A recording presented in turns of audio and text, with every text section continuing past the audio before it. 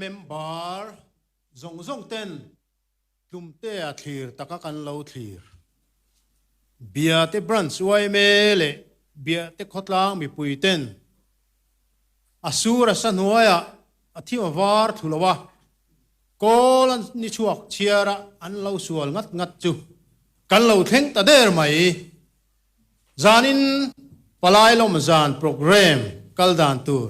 kan general secretary Professor Lanun Tuanga minon chair chua sakturin isom hasaang Chairman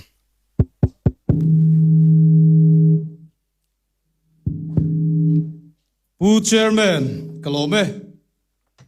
Waime in Khawmpui Lian Vai Samsarile Palina Mang Tura Zialungrun Biate local zong songte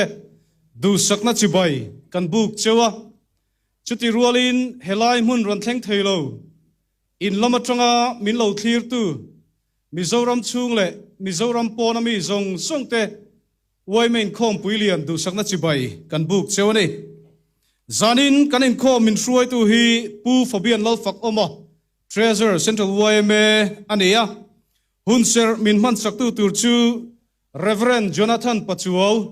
biate pastor bial vongtu ani donani zanin ahian annual report le finance report ngai thak anianga tin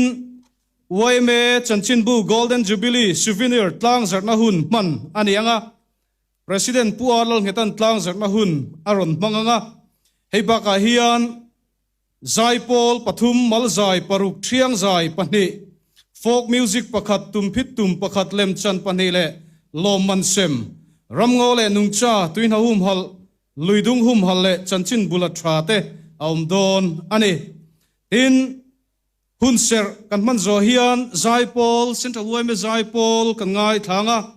palai lom na thu soi puei chang huna secretary